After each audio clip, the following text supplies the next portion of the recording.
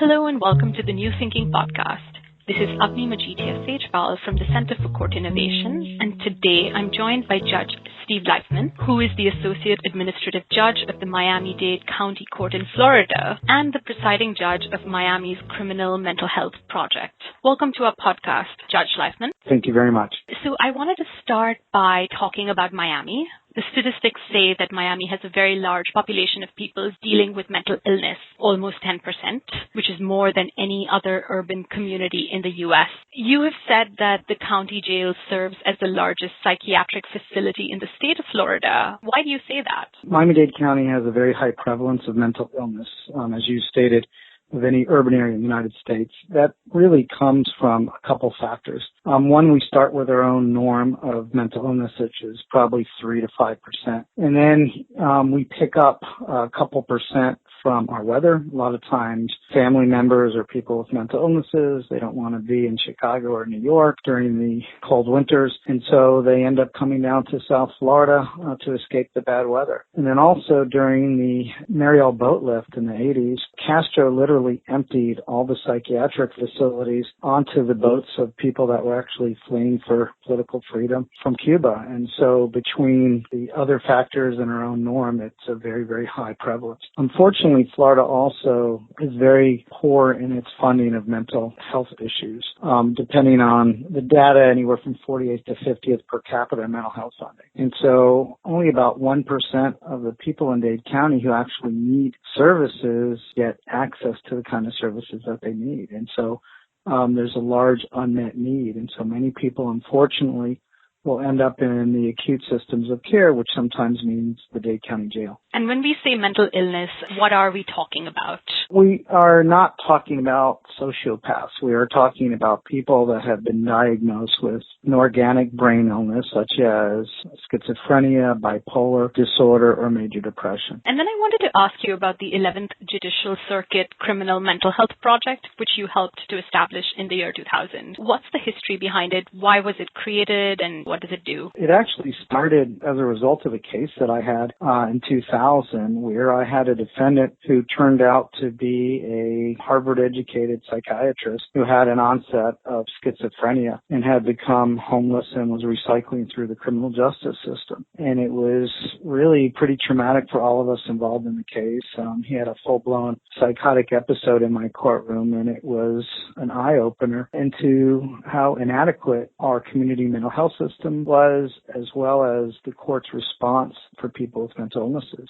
If you had a serious mental illness and you were arrested on a low-level misdemeanor charge, the court, the vast majority of cases, we were just releasing people back to the street, telling them to go see a psychiatrist for competency restoration. And we were putting people who were very ill back out on the street without any access to treatment. And so I was able to bring together a meeting of all the traditional and non-traditional stakeholders. We literally mapped out how our criminal justice system intersected with our community mental health system. And frankly, it didn't. And I think once we had mapped it out and realized how poor of a response we had an obligation and a responsibility to make some significant change. And it was for everybody's sake, to improve public safety, to spend our tax dollars more efficiently, and equally important, to help people who have illnesses have access to recovery. We decided we needed a two-part approach. We needed to stem the flow of people coming into the system that were coming in unnecessarily. And we also needed to have an approach for people that did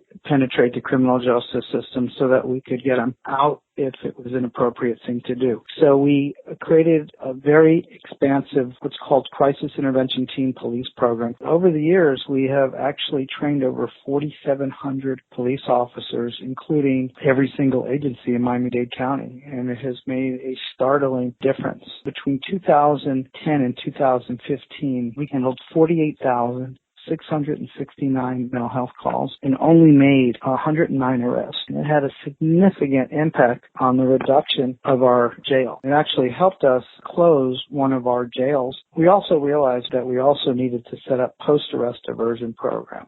We initially set up a misdemeanor diversion program whereby any individual with a serious mental illness who is arrested for a misdemeanor, if they meet criteria for involuntary hospitalization, generally within 3 days we have them diverted from our jail into one of our community crisis stabilization units. We reset the case for a couple weeks, and during that period, we allow them to become more stable, but at the same time, my team is working on lining up their benefits, finding them housing, getting all these supports in place that people need for recovery. And it's been phenomenally successful. Our recidivism rate dropped from over 70% to about 20% today. Our state attorney allowed us to expand it to our nonviolent felony cases. So we put into play about 5 years ago a felony diversion program, and that program has a recidivism rate of only about 6% for those that complete the program, which is about 70%.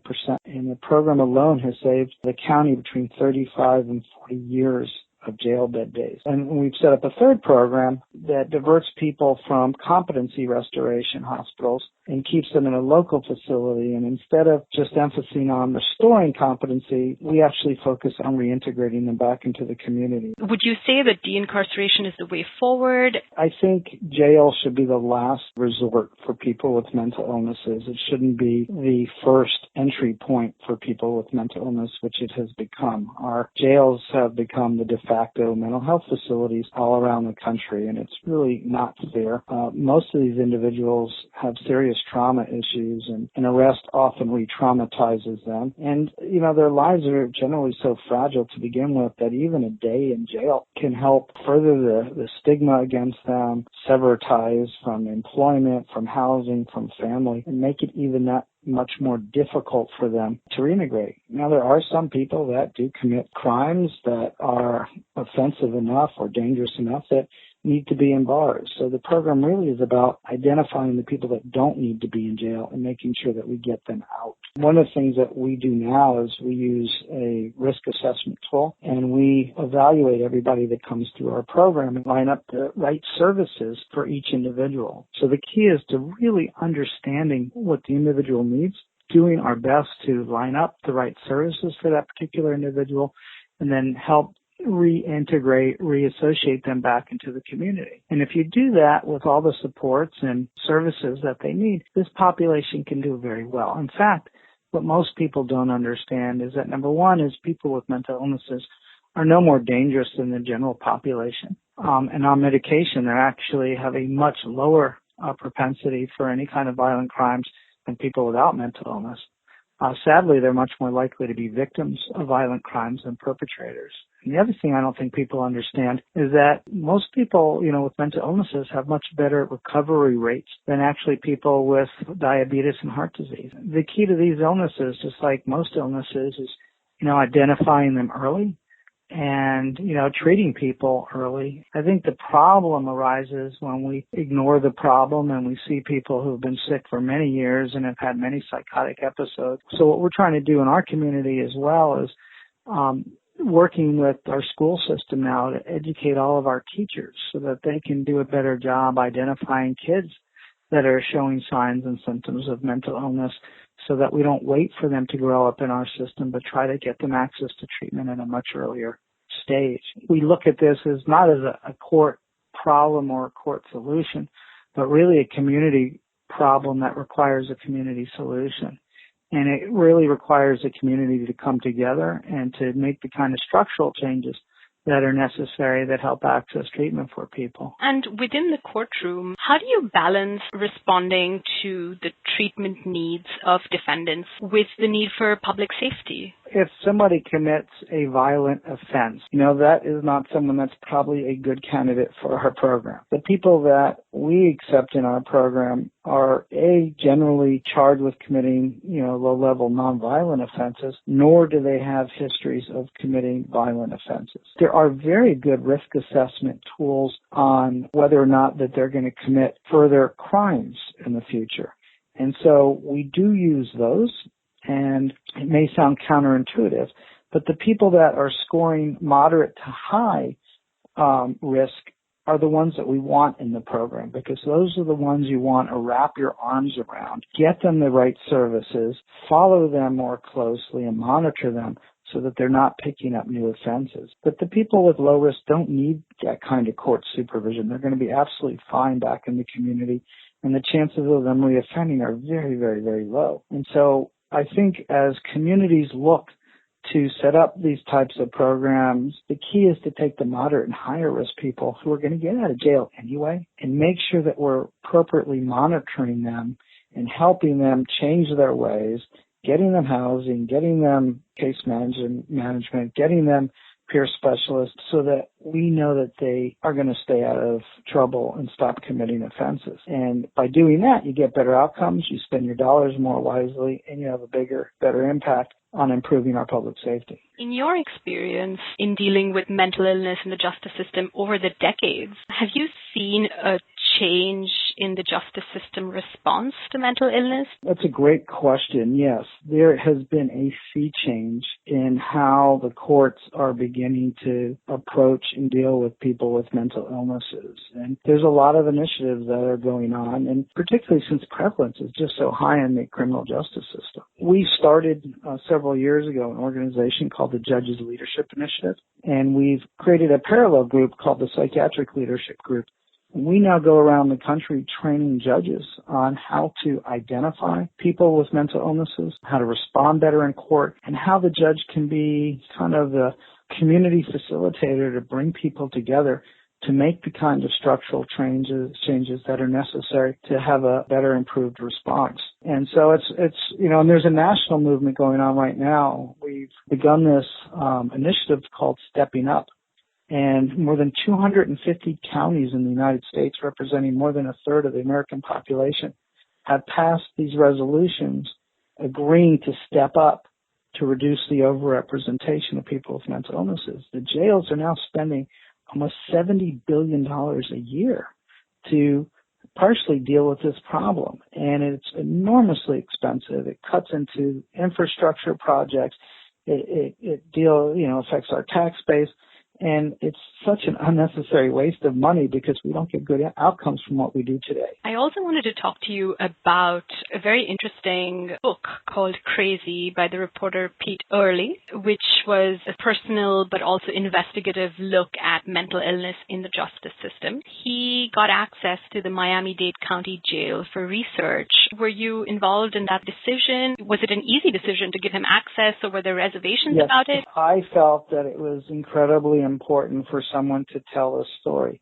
And while the focus was on the Miami-Dade County Jail and some of the horrors that went on there, it could have been any jail in the United States. He did a brilliant job documenting what goes on, and I think it really was illuminating for a lot of people in the country and helped us take a critical look at our own system. And we've been able to almost use his book as a blueprint on how to improve our system. And the difference between today and when he wrote that book are night and day. We closed down the horrible 9th floor that he highlights in his book. We opened up 2 jail floors that are just for people with mental illnesses. Instead of sticking our heads in the dirt and resisting what was going wrong, we fixed it.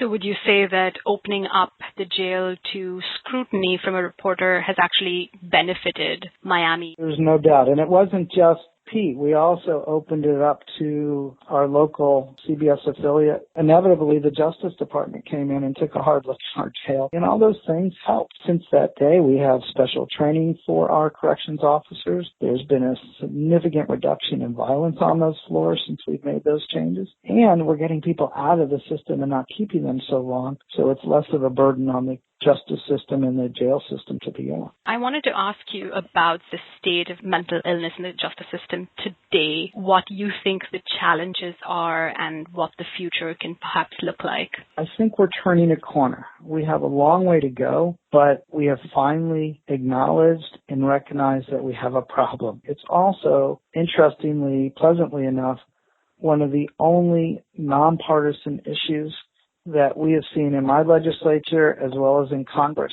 Part of the problem is that we have today is, aside from inadequate community resources to handle some of these and the capacity to handle some of these problems, all of the laws regarding both treatment and financing for mental health were really written 40 and 50 years ago. These laws were all written at a time when most people with serious mental illnesses were still in state hospital. It really requires a modernization of the laws so that they better reflect the science, research, and medicine of psychiatry and mental health. And as we begin to do that, I think we'll start to see this great sea change. And on that note, I think we will conclude this podcast. Thank you so much for your time, Judge Leifman. Sure. Thank you for doing this. I'm Avni Majidhya Sejpal, and you've been listening to the New Thinking Podcast. To hear more of our podcasts, visit our website at www.courtinnovation.org. Thanks so much for listening.